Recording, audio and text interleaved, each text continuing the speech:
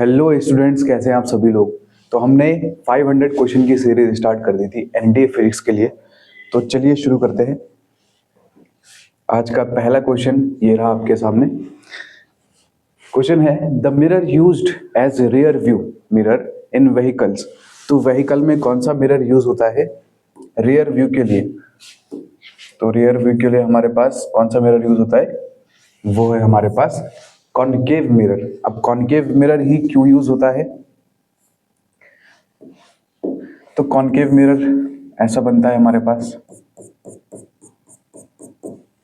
ठीक है। और इसका एक केस है जब इमेज सी से पीछे होती है, ये सेंटर ऑफ कर्वेचर इसको बोलते हैं। इसके बिल्कुल हाफ में क्या होता है, हमारा फोकस होता है, कैपिटल एफ से इसको दिखाते हैं, कैपिटल एफ से फोकस को दिखाते हैं, है ना।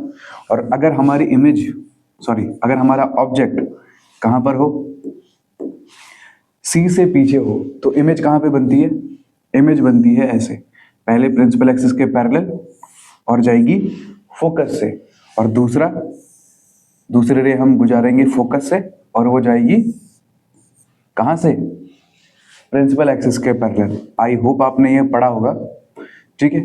और यहां पर जहां पर ये दोनों रेज मीट करी, यहां पर बन जाएगी हमारी इमेज, ठीक है। इसको बोलेंगे हम ए बी, इसको बोलेंगे ए डैश बी डैश। तो ये हमारा ऑब्जेक्ट है और ये हमारी इमेज है। अब जरा ध्यान दो, इमेज कैसी बनी है हमारे पास। इमेज हमारे पास बनी है छोटी, है ना, इमेज हमारे पास बनी है छोटी। तो जो कॉनकेव मिरर होता है, कॉनकेव मिरर होता है, वो कैसी इमेज बनाता है हमारे पास, एक तो डिमिनिश्ड इमेज बनाता है। तो इसकी वजह से हम इसको रेयर व्यू में यूज करते हैं, ठीक है। जैसे ये हमारे पास मिरर है रेयर व्यू का, तो इसमें हम जब पीछे की चीजें देखेंगे तो हमें लगभग सारी चीजें दिखेंगी, क्योंकि वो सारे ऑब्जेक्ट्स की जो इमेज है वो छोटी छोटी बनाएगा। तो पीछे से कोई कार आ रही होगी तो वो कार भी हमें दिखाई देगी, ठीक है। ये पहली कार, ये दूसरी कार, उसके पीछे जो लोग हैं वो जा रहे हैं, हमें ये सब दिखाई देगा, ठीक है। छोटे से मिरर में हमें सारी चीजें दिखाई देंगी, इसलिए हम क्या यूज करते हैं, कॉनकेव मिरर, ठीक है। आई होप आपको समझ में आ गया होगा क्यों करते हैं, क्योंकि छोटी इमेज उससे बनती है, डिमिनिश्ड। आगे बढ़ते हैं। नेक्स्ट हमारे पास क्वेश्चन है concave mirror is used in headlights of a vehicle because it focus light from the bulb into nearby vehicles. Focuses light from the bulb into nearby vehicles. Send parallel rays. Fits well into the shape of the headlight.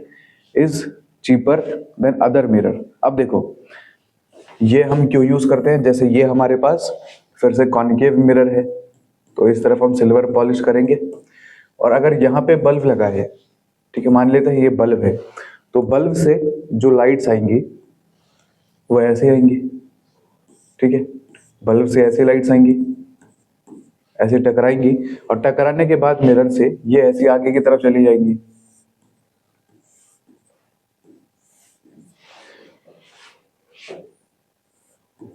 ठीक है। अब जब ये आगे की तरफ गई तो ये क्या हो गई, वन डायरेक्शनल हो गई, वन डायरेक्शनल। और हमें हेडलाइट्स में क्या चाहिए कि एक डायरेक्शन को वो अच्छे से हमें दिखाए, ठीक है। तो वन डायरेक्शनल करने के लिए हम क्या यूज करते हैं, कॉनकेव मिरर। तो यहां से कौन सा सही हो जाएगा, focuses light from the bulb onto nearby vehicles, नहीं, send parallel rays, option number B, ये पैरेलल रेज भेजेगी। जो बल्ब से जो रेज गई, जो कि ऐसे ऐसे आई थी, तिरछी तिरछी जो लाइंस आई थी, उन सबको ये क्या कर देगा, पैरेलल कर देगा। तो हमारे पास बी ऑप्शन क्या हो जाएगा, सही हो जाएगा। आगे बढ़ते हैं। नेक्स्ट हमारे पास क्वेश्चन है which one of the following is the natural phenomena based on which a simple periscope works. अब पेरिस्कोप क्या होता है, पेरिस्कोप होता है अगर हमारे पास एक सबमरीन है, ठीक है, एक सबमरीन है और ये पानी के अंदर अभी है, ये पानी के अंदर है, और इसको पानी के बाहर भी देखना है। इस सबमरीन में बैठ के हमें पानी के बाहर देखना है। सपोज यहाँ पर एक शिप है, हम उस शिप को देखना चाहते हैं और हमें इसके अंदर से देखना है, तो हम क्या करते हैं, कुछ ऐसा स्ट्रक्चर बनाते हैं, ठीक है, ऐसा स्ट्रक्चर हम बनाते हैं और बीच में हम लगा देते हैं प्लेन मिरर्स। क्या लगा देते हैं? Plane mirrors. कहाँ बीच में?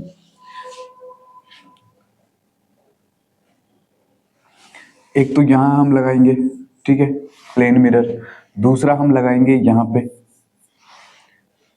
अब ये दो जगह जब प्लेन मिरर लग जाता है तो इससे क्या होता है, जो लाइट रे इससे टकरा के आ रही है, जो लाइट रे शिप से आ रही है वो कैसे आती है, यहाँ से टकराने के बाद यहाँ पे, फिर यहाँ से टकरा के यहाँ, और यहाँ से टकरा के हमारी आंखों में, ठीक है। तो हमने क्या यूज किया यहाँ पे, हमने यूज किया plane mirror.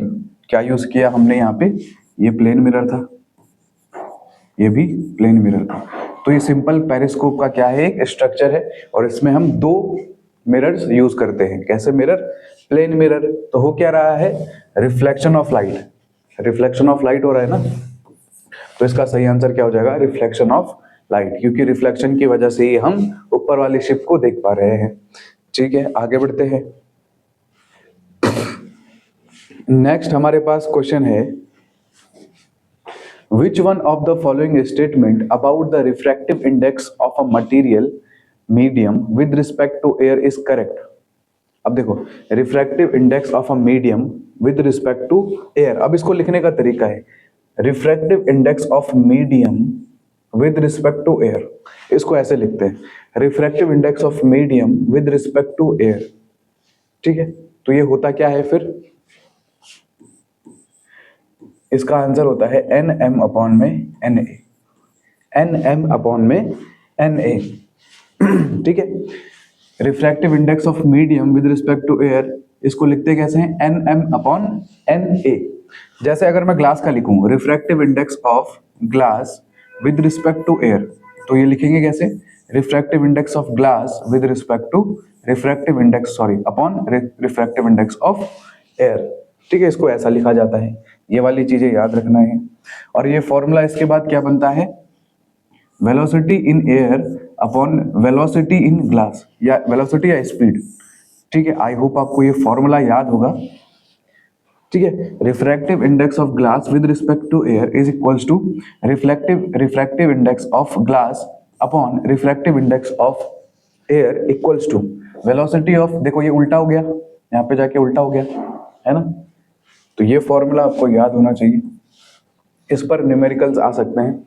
Of a material medium with respect to air is correct, तो इनमें से कौन सी स्टेटमेंट करेक्ट है, it can be either positive और negative, it can have zero value, it is unity for all materials, it is always greater than 1।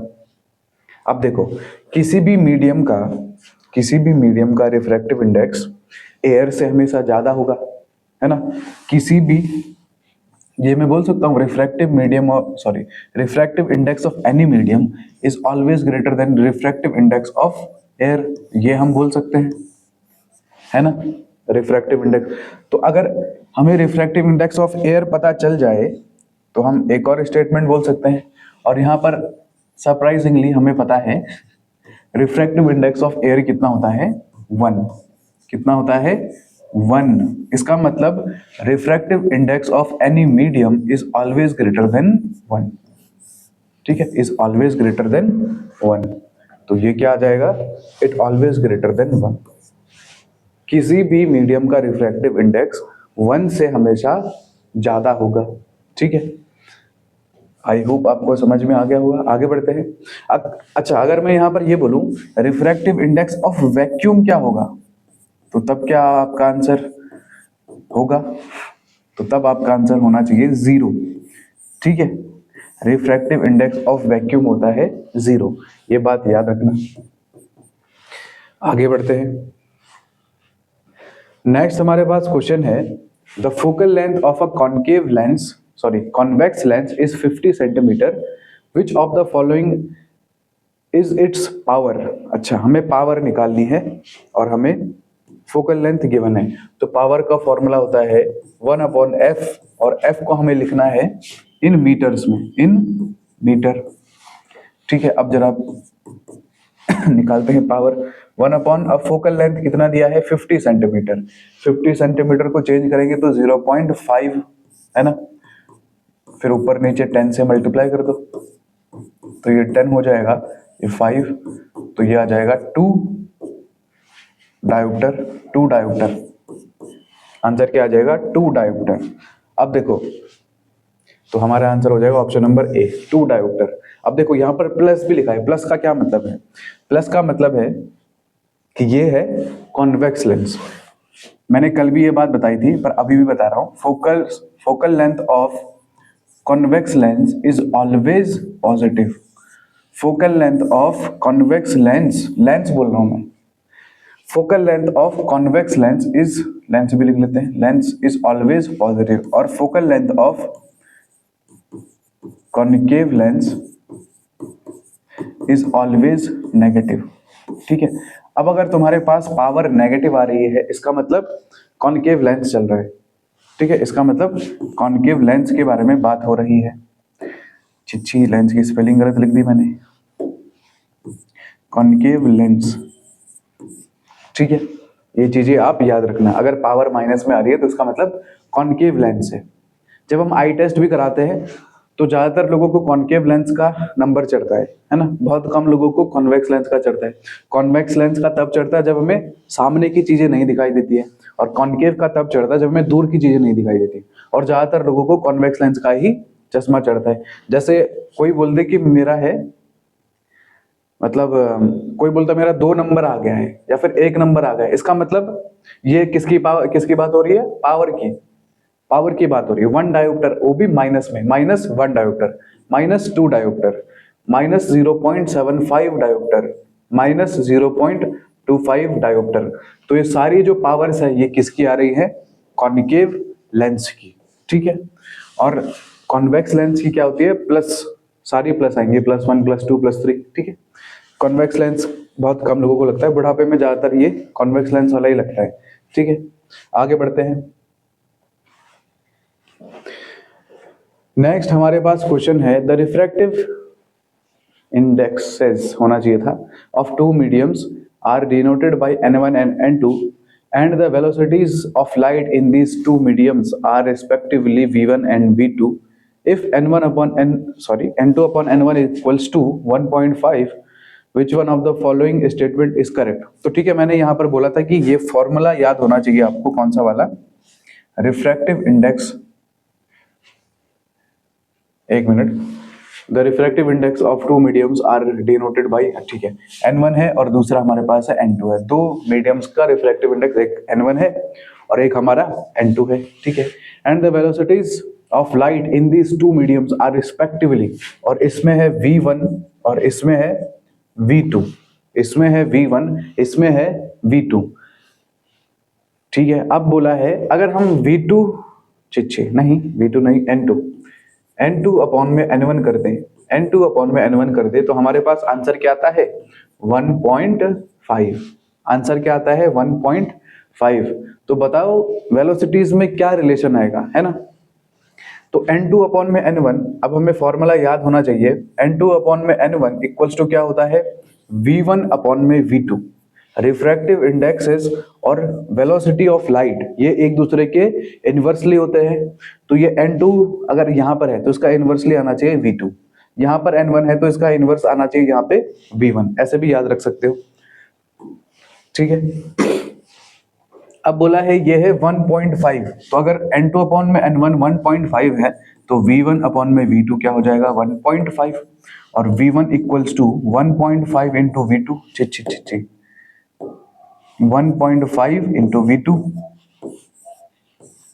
ये हम बोल सकते हैं इजिली यहाँ से। तो ये क्या आ जाएगा? v1 equals to, v1 is 1.5 times of v2, v1 is 1.5 times of v2। तो ऑप्शन नंबर ए हमारा सही आ गया। ये वाला फॉर्मूला आप हमेशा याद रखना। ठीक है, आगे बढ़ते हैं। नेक्स्ट हमारे पास क्वेश्चन है, which one of the following statement is correct for a plane mirror, plane mirror के लिए इनमें से कौन सा स्टेटमेंट सही है?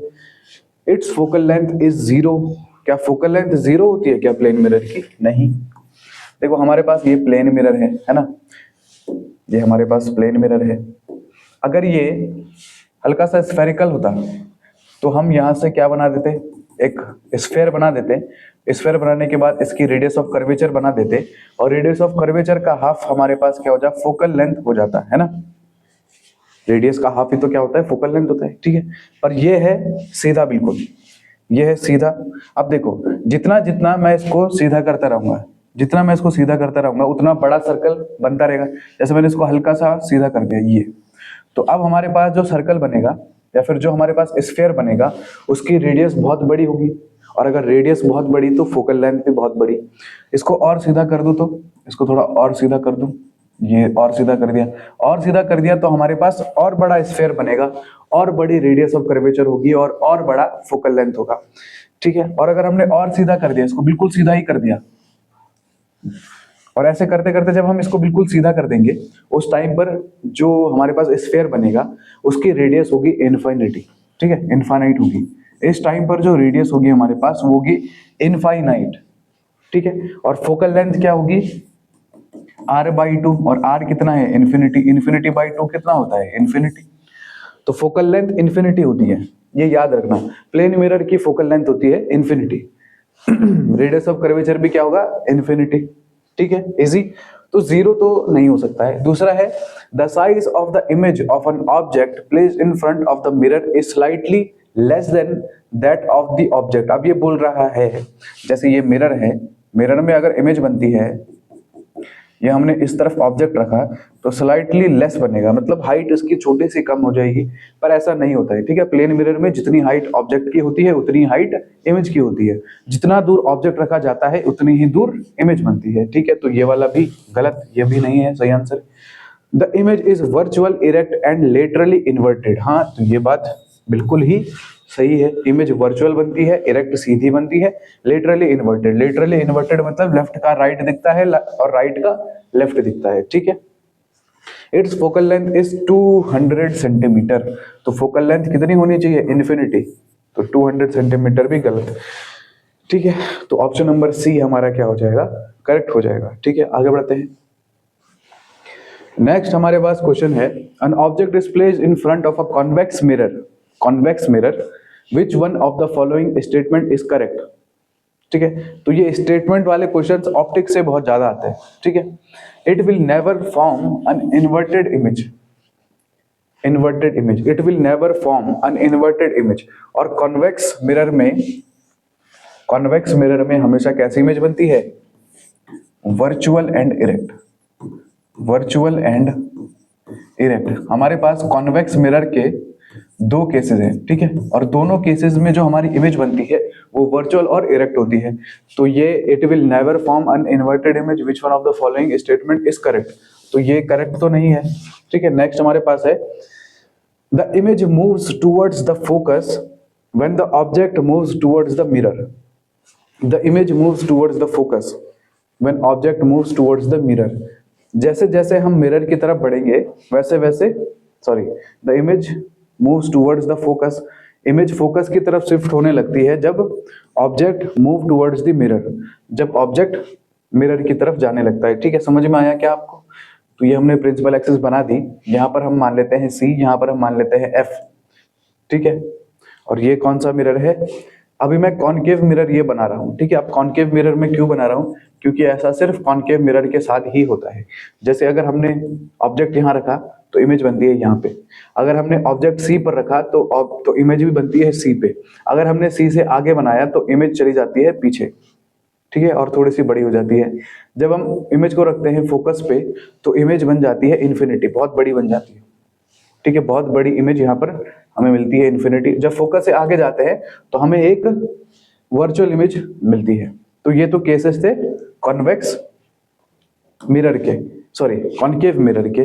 तो जैसे जैसे image moves towards the focus, image किसकी तरफ मूव करने लग गई, फोकस की तरफ, व्हेन ऑब्जेक्ट। तो यहाँ पर तो उल्टा हो रहा है, ठीक है। आई होप आपको समझ में आया होगा मैंने क्या किया अभी अभी। जैसे जैसे हम ऑब्जेक्ट को ला रहे हैं फोकस की तरफ या फिर मिरर की तरफ, तो इमेज कहाँ खिसक रही है, किस तरफ खिसक रही है, फोकस से दूर, यानी मिरर के अपोजिट साइड में जा रही है। अब जरा किस में देखते हैं हम, कॉन्वेक्स में एक बार चेक करते हैं। तो कॉन्वेक्स में अगर हमने यहां पर ऑब्जेक्ट रखा तो इमेज कहां पर बनेगी, ये टकरा करके ऐसे, पहली लाइन प्रिंसिपल एक्सिस के पैरेलल, तो ये अपीयर टू मीट करेगी फोकस पे। ठीक है, आई होप आपने ये पढ़ा होगा। और दूसरा हम कहां से पास कर देंगे, दूसरा हम पास करेंगे फोकस से, तो फोकस से पास करेगी तो ये क्या हो जाएगी, पैरेलल टू प्रिंसिपल एक्सिस। नहीं नहीं, दूसरा केस ये नहीं था, एक मिनट, मुझे इसके लिए दूसरा पेज चाहिए। ठीक है, नए पेज में समझते हैं क्या हो रहा है, दोनों केसेस को समझते हैं। चलो, ये हमारे पास है कॉन्वेक्स मिरर। ठीक है, हमारे पास पहला केस क्या होता है, when object at infinity, object at infinity. जब ऑब्जेक्ट इन्फिनिटी पर रखा हो तो इन्फिनिटी से कैसी लाइंस आती हैं, पैरेलल लाइंस। तो इन्फिनिटी से आई ये पैरेलल लाइंस। ठीक है, थोड़े डिफरेंट कलर से बनाना चाहिए इसको मुझे। ठीक है, तो ये लाइन ये कहां से आ रही है, इन्फिनिटी से। तो इन्फिनिटी से आती है तो ये निकल जाएगी कहां से, अपीयर टू मीट करेगी फोकस पे और टकरा करके चली जाएगी वापस। ठीक है, ये हमने बना दिया यहाँ पे फोकस किसका, कॉन्वेक्स मिरर का। इसके बाद दूसरी रे हमने कहां से भेजी, दूसरी रे भी यहीं से आएगी पैरेलल टू प्रिंसिपल एक्सिस, और ये टकरा करके चली जाएगी वापस और अपीयर टू मीट करेगी फोकस पे।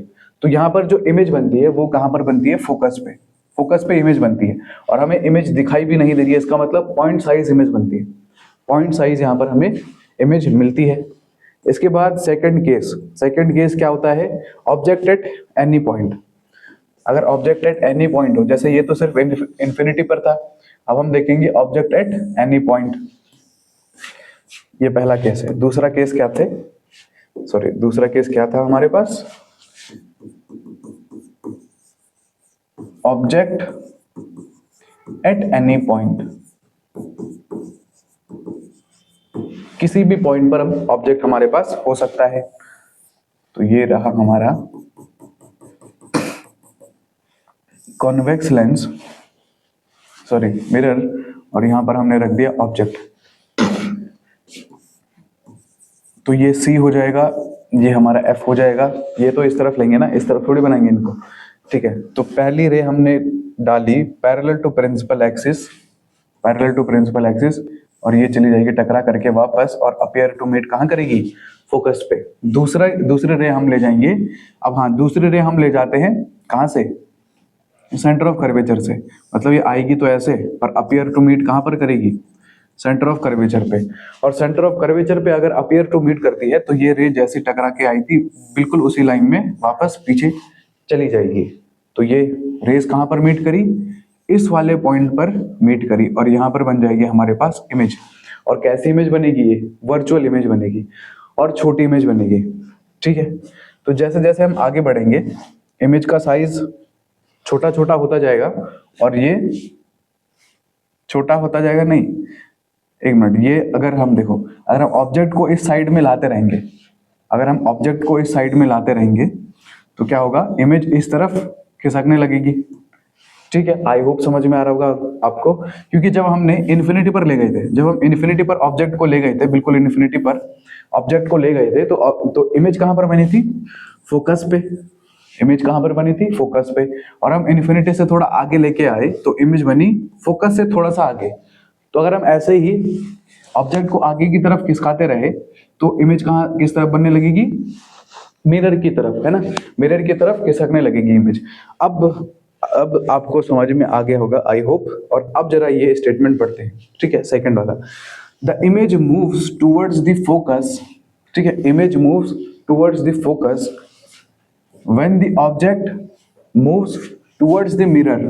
ठीक है, जब हम टुवर्ड्स द मिरर की तरफ जब हम ऑब्जेक्ट को मिरर की तरफ लेके जाएंगे तो ये क्या बोल रहा है, the image moves towards the focus. तो इमेज फोकस की तरफ भागने लगेगी। तो क्या यही हो रहा था, तो जब हमने ऑब्जेक्ट को इस तरफ लाया तो जो इमेज है वो फोकस की तरफ नहीं आ रही है, वो किस तरफ चली गई, वो जा रही है मिरर की तरफ। ठीक है, जैसे जैसे हम ऑब्जेक्ट को ला रहे हैं मिरर की तरफ, वैसे वैसे इमेज भी आ रही है मिरर की तरफ। ठीक है, और इन्होंने क्या बोला, जैसे जैसे हम मिरर की तरफ आ रहे हैं इमेज जा रही है फोकस की तरफ, तो ऐसा नहीं हो रहा है, तो ये भी गलत। ठीक है, बस एक स्टेटमेंट समझाने के लिए मुझे आपको ये समझाना पड़ा। आई होप आपको समझ में आया होगा। ठीक है, तीसरा पढ़ते हैं, depending on the position of the object with respect to mirror the image can be inverted and real. अब देखो, ये बोल रही कि पोजिशन ऑफ ऑब्जेक्ट से हमें ये पता चलेगा कि हमारी इमेज वर्चुअल बनेगी या रियल। तो ऐसा नहीं होता है, क्योंकि हमारे पास सिर्फ यहाँ पर वर्चुअल एंड इरेक्ट इमेज बनती है, इन्वर्टेड का कोई सवाल ही पैदा नहीं होता है इसमें। ठीक है, कॉन्वेक्स में, कॉन्वेक्स ही लिखा है ना, हाँ ठीक है। The size of the image becomes larger than that of the object when the object is placed at distance equal to half of the focal length. अब इसके लिए भी हमें दोबारा यहाँ पर जाना पड़ेगा। क्या बोला है, when the size of image becomes larger, the size of image become larger than the object when the object is placed at distance equal to half of focal length. ठीक है, इमेज क्या होती है, लार्जर होती है, कहाँ पे, focal length पे, और उसके हाफ पे क्या हो जाती है, larger than the object when the object is placed at a distance equal to half of its focal length, the size of image becomes larger than that of object when the object is placed at the distance equal to focal length, the size of image becomes larger then that of the object। अच्छा, object से larger बनती है, हाँ ये बोल रहा है कि ऑब्जेक्ट से लार्जर हमारे पास क्या बनती है, इमेज बनती है, ऐसा बोल रहा है। The size of image becomes larger than that of the object when the object is placed at the distance equal to focal length. अच्छा, फोकल लेंथ पे अगर हमने ऑब्जेक्ट रखा, फोकल लेंथ पे अगर हमने ऑब्जेक्ट रखा, तो ये बोल रहा है कि इमेज हमारे पास लार्जर बनती है। तो फोकल लेंथ पे अगर ऑब्जेक्ट, फोकल लेंथ पे हम ऑब्जेक्ट रख कैसे सकते हैं, पर इसमें कॉन्वेक्स में हम नहीं रख सकते। अच्छा, equal to half of focal length. अच्छा, equal to half of focal length, तो यहाँ से यहाँ तक हमारे पास फोकल लेंथ है, इसकी हाफ लेंथ लगभग यहाँ पर आएगी, और अगर हम यहाँ पर ऑब्जेक्ट रखेंगे, अगर हम यहाँ पर ऑब्जेक्ट रखेंगे तो हमें इमेज तब भी छोटी मिलेगी। हाँ ठीक है, समझ में आ रहा है ना आपको। जैसे जैसे हम ऑब्जेक्ट को इस तरफ खिसका रहे थे, फोकस इस तरफ, यहाँ इमेज हमें फोकस से मिरर की तरफ जाते हुए दिख रही थी, और हल्की हल्की बड़ी हो रही थी, पर इतनी बड़ी भी नहीं हो जाएगी कि वो ऑब्जेक्ट से बड़ी हो जाए, है ना, ऑब्जेक्ट से बड़ी नहीं हो सकती। तो ये वाला भी हमारा गलत हो जाएगा, तो सारे ये हमारे गलत है। The size of the image becomes larger, the size of image become larger than that of object when the object is placed at the distance equal to half of focal length। Image larger हो जाएगी क्या, एक बार रे diagram बना के देखते हैं, क्योंकि यहाँ पर पॉसिबिलिटी तो लग रही है, पॉसिबिलिटी तो लग रही है। तो ये हमारे पास फोकस है, ये सेंटर ऑफ कर्वेचर है, और फोकस का हाफ चाहिए, मतलब लगभग इतना। यहाँ पर हम रख देंगे ऑब्जेक्ट, ठीक है, और यहाँ से हम करते हैं रेस को मीट। तो यहाँ से सबसे पहले जो रे आएगी वो आएगी प्रिंसिपल एक्सिस के पैरेलल, और चली जाएगी टकरा करके वापस, और अपीयर टू मीट करेगी फोकस पे। पहली तो ये है, दूसरी कहाँ से ले जाएंगे, दूसरी हम ले जाएंगे, मतलब अपीयर टू मीट कहाँ पे करनी चाहिए, अपीयर टू मीट करनी चाहिए सेंटर ऑफ कर्वेचर पे। ठीक है, तो इसी लाइन में हमें रेज लानी है और पीछे इसको पलटाना है। तो कहाँ पर मिल गई, यहाँ पर ये दोनों रेज मिली, और यहाँ पर हमारी बन गई इमेज। तो ये इमेज तब भी हमें छोटी दिखाई दे रही है। दोबारा बनाना पड़ेगा क्या, एक बार फिर से बनाते हैं लास्ट टाइम।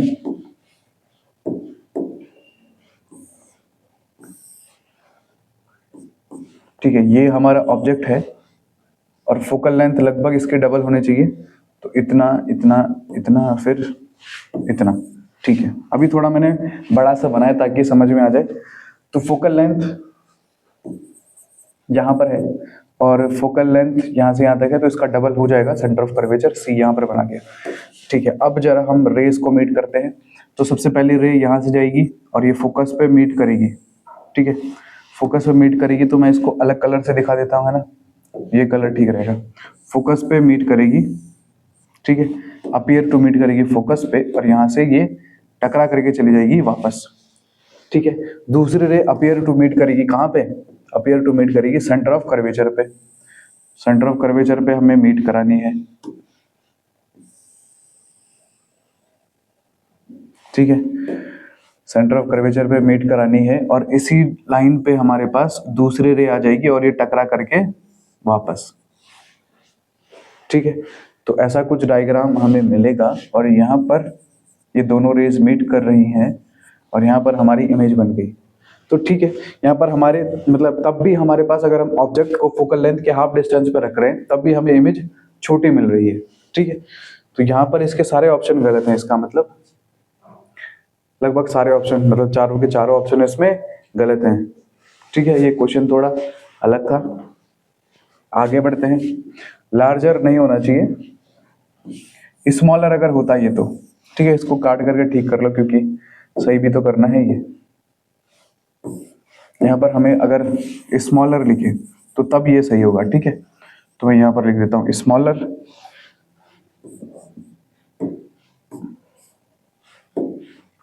स्मॉलर। जब हम स्मॉलर लिखेंगे तो ये ऑप्शन हमारा हो जाएगा सही, तो डी वाला ऑप्शन हमारा करेक्ट हो जाएगा। ठीक है, प्रिंटिंग मिस्टेक हो सकता है ये। आगे बढ़ते हैं। नेक्स्ट हमारे पास क्वेश्चन है, when a beam of light passes through a glass prism, the color of light beam that deviates the least is। अब देखो सबसे ज्यादा डेविएट कौन करती है, तो सबसे ज्यादा डेविएट करती है हमारी वॉयलेट लाइट। अब इसका एक रीजन है, इसका क्या रीजन है, इसका रीजन है हमारे पास वेवलेंथ। इसका रीजन है वेवलेंथ। अब वेवलेंथ क्या होता है, वॉयलेट लाइट की वेवलेंथ सबसे कम होती है। ठीक है, वॉयलेट लाइट की वेवलेंथ सबसे कम होती है और कम होने की वजह से इसके लिए रिफ्रैक्टिव इंडेक्स बहुत ज्यादा हो जाता है। और रिफ्रैक्टिव इंडेक्स जब बहुत ज्यादा हो जाता है तो इसकी जो स्पीड है लाइट की वो कम हो जाती है। ठीक है, तो इसका यही रीजन है। और जब हम विबग्योर लिखते हैं, विबग्योर, जब हमने विबग्योर लिखा तो सबसे ज्यादा जो वेवलेंथ होती है वो किसकी होती है, रेड की। सबसे ज्यादा रेड की वेवलेंथ होती है। तो अगर वेवलेंथ ज्यादा होगी तो रिफ्रैक्टिव इंडेक्स कम काम करेगा हमारे लिए, मतलब रेड के लिए, और इसकी जो स्पीड होगी वो ज्यादा होगी। तो सबसे ज्यादा स्पीड रेड की होती है, इसलिए ये कम डिफ्लेक्ट करता है। और सबसे कम स्पीड किसकी होगी, वॉयलेट की, क्योंकि इसकी वेवलेंथ कम है। तो वेवलेंथ कम होने की वजह से रिफ्रैक्टिव इंडेक्स इसके लिए ज्यादा काम करेगा। ठीक है, आई होप समझ में आ गया होगा आपको। ये वाली चीजें याद रखनी पड़ेगी आपको। आगे बढ़ते हैं। नेक्स्ट हमारे पास क्वेश्चन है, LIGO स्टैंड्स फॉर। अब ऐसे भी डेफिनेशंस, सॉरी ऐसे भी फुल फॉर्म्स पूछ सकता है। एक दो क्वेश्चन पहले भी आए हैं ऐसे जिसमें फुल फॉर्म थी, तो ऑप्शन नंबर ए हमारा सही है। ठीक है, laser interferometer gravitational wave observatory. यहाँ पर हम ग्रेविटेशनल वेव के मतलब ऑब्जर्व करते हैं यहाँ पे। ठीक है, लीगो में। ठीक है, आगे बढ़ते हैं। नेक्स्ट हमारे पास क्वेश्चन है, which one of the following statement regarding lens is not correct. तो फिर से अब लेंस के बारे में आ रहा है। कौन सा लेंस है, बस लेंस बोला है। ठीक है, लेंस इज नॉट करेक्ट, इसमें से कौन सा करेक्ट नहीं है। A convex lens produce both real and virtual images. ठीक है, ये बात सही है। कॉन्वेक्स लेंस दोनों रेज प्रोड्यूस करता है, दोनों images, sorry. A concave lens produce both real and virtual, ये बात गलत है। ठीक है, कॉन्केव लेंस में हमेशा वर्चुअल इमेज बनती है। ठीक है, कॉन्वेक्स लेंस बोल रहा हूं मैं। ठीक है, कॉन्वेक्स मिरर में वर्चुअल और रियल दोनों बनती है, कॉन्वेक्स मिरर में सिर्फ वर्चुअल बनती है। ठीक है, इसके बाद कॉन्केव लेंस में रियल और वर्चुअल दोनों नहीं बनती है, सिर्फ वर्चुअल बनता है। और कॉन्वेक्स लेंस में रियल और वर्चुअल दोनों बनते हैं। तो ऑप्शन नंबर ए ही हमारा सही हो जाएगा, इज नॉट करेक्ट। तो ये बी वाला है, बाकी पढ़ने की जरूरत नहीं। आगे बढ़ते हैं। नेक्स्ट हमारे पास क्वेश्चन है, लाइट रे moves in straight line but through an optical fibre they can move in any type of zigzag path because. अब देखो ये zigzag मोशन जो होता है, मैंने कल भी ये समझाया था, जो लाइट रे ऐसे मूव करती हैं किसके अंदर, ऑप्टिकल फाइबर के अंदर, ठीक है। तो ये किसकी वजह से होता है, सक्सेसिव टोटल इंटरनल रिफ्लेक्शंस की वजह से, ठीक है, सक्सेसिव टोटल इंटरनल रिफ्लेक्शंस की वजह से। आगे बढ़ते हैं। नेक्स्ट हमारे पास क्वेश्चन है, the correct relation between the radius of curvature R and C. बहुत ही इजी क्वेश्चन है। तो आर इक्वल्स टू क्या हो जाता है हमारे पास, 2f। R equals to 2f। Easy question था। आगे बढ़ते हैं। A lemon kept in water in a glass tumbler appears to be larger than its actual size. It is because of। अच्छा, लेमन है, ये यहाँ पे रखा है, ठीक है, पर ये हल्का सा हमें ऊपर दिखाई देता है, किसमें, वाटर में। किसमें दिखाई देता है ये हमें, वाटर में हल्का सा ऊपर दिखाई देता है। तो ये जो लेंथ होती है इसको हम बोलते हैं एपेरेंट डेप्थ। एपेरेंट डेप्थ, ठीक है, सॉरी, यहां से यहां तक का, यहां से यहां तक क्या होगी, एपेरेंट डेप्थ। और ये हटाना पड़ेगा मुझे, यहां से यहां तक, यहां से यहां तक होती है हमारे पास रियल डेप्थ, ठीक है।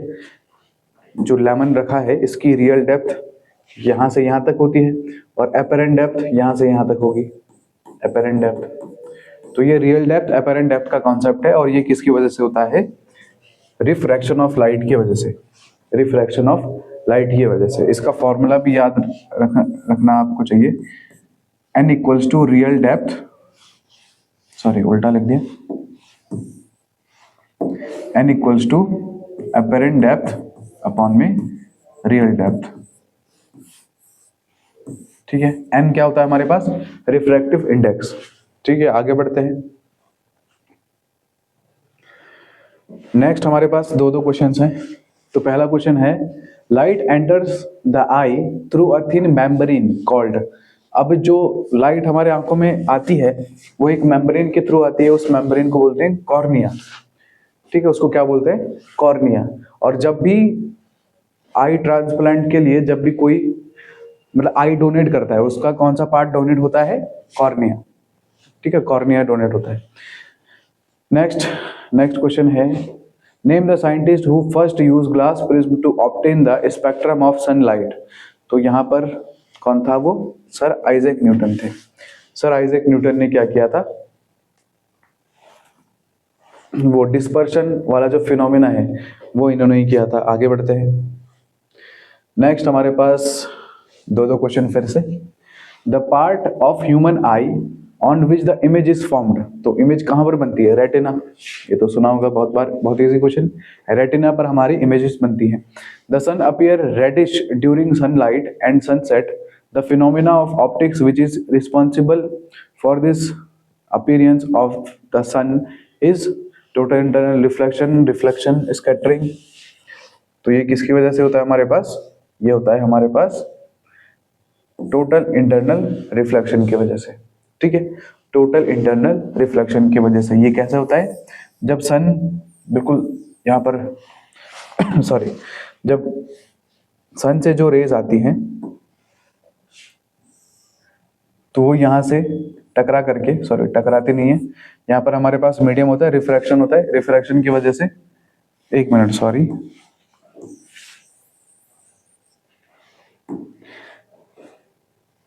यहाँ पर गड़बड़ कर दी, टोटल इंटरनल रिफ्लेक्शन नहीं होता है, ये होता है स्कैटरिंग की वजह से, ठीक है। स्कैटरिंग में जो सबसे कम वेवलेंथ वाली हमारे पास लाइट होती है वो कम डेविएट करती है। तो सनराइज में जो रेडिश दिखाई देता है वो दिखाई देता है स्कैटरिंग की वजह से, ठीक है। आगे बढ़ते हैं। नेक्स्ट हमारे पास क्वेश्चन है, A lens has a power of +2 diopter. Which one of the following statement about the lens is true? The lens is concave and the focal length of 0.5. अब देखो कॉन्केव तो ये बिल्कुल नहीं होगा, है ना, क्योंकि कॉन्केव की जो पावर होती है वो माइनस होती है, ये मैंने अभी भी बताया। ये हो सकता है कॉन्वेक्स लेंस हो सकता है, पर एक बार जरा पावर का फॉर्मूला क्या होता है 1/f, और ये लिखना चाहिए हमें मीटर में, इन मीटर्स, इन मीटर्स। तो अगर हमने सेंटीमीटर में लिखा, इसको अगर हमने सेंटीमीटर में लिखा तो ऊपर हमें 100 लिखना पड़ेगा, है ना। इसको हमने सेंटीमीटर में लिखा तो नीचे हमें, सॉरी यहाँ पर गड़बड़ कर दी हमने फिर से, P इक्वल्स टू होता है 1/f, तो F इक्वल्स टू क्या हो जाएगा 1/P। तो F इक्वल्स टू 1/P कितना है, P है 2, तो 1/2 आएगा, 1/f इक्वल्स टू 1/2 आया, और F लिखना चाहिए हमें किसमें, मीटर में, तो F/100 इक्वल्स टू 1/2। तो अगर हमें F चाहिए तो हमें 100 को उधर भेजना पड़ेगा, ठीक है, 100/2, तो ये कितना आ जाएगा 50 मीटर। एक मिनट, कुछ तो गड़बड़ हो गई।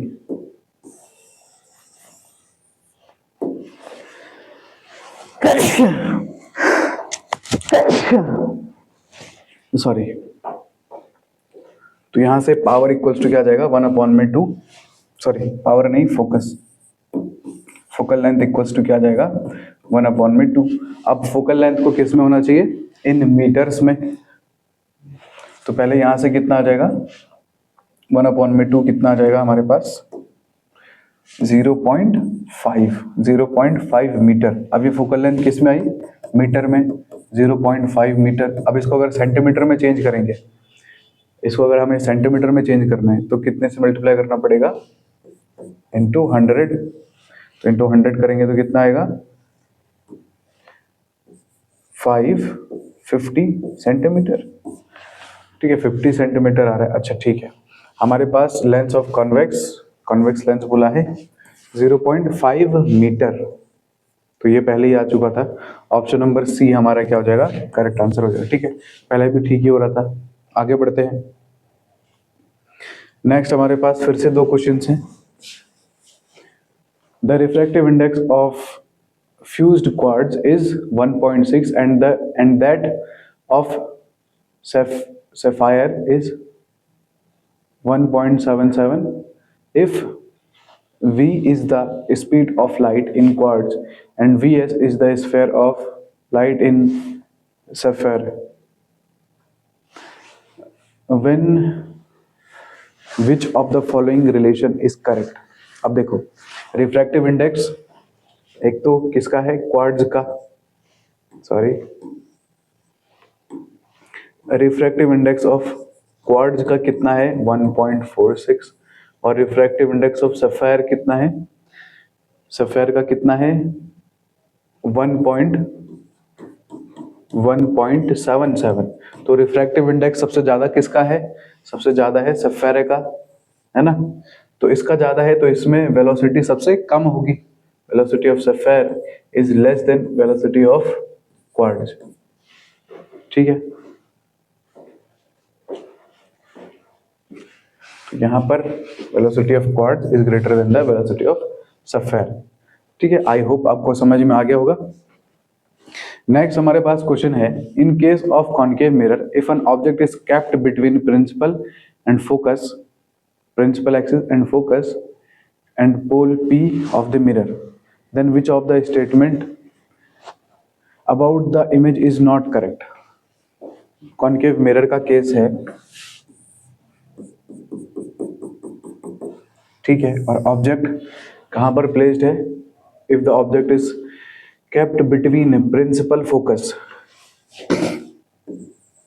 तो ये वाला point focus, between focus and pole, ठीक है, फोकस एंड पोल के बीच में हमारे पास ऑब्जेक्ट रखा है। तो ये वाला केस आपको याद होना चाहिए, यहाँ पर हमारे पास इमेज बनती है यहाँ पीछे, और इतनी बड़ी इमेज बनती है, वर्चुअल एंड इरेक्ट इमेज हमारे पास यहाँ पर हमें मिलती है, पीछे हमें बड़ी इमेज मिलती है, ठीक है, वर्चुअल और इरेक्ट इमेज हमें इस वाले केस में मिलती है।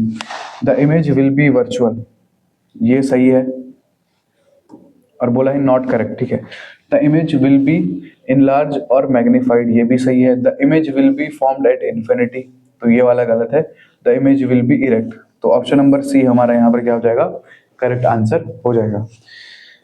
ठीक है स्टूडेंट्स, तो ये थी आज की क्लास जिसमें हमने बहुत सारे क्वेश्चन डिस्कस करे। आई होप आपको सब समझ में आए होंगे। तब तक के लिए पढ़ते रहे। All the very best. Thank you so much.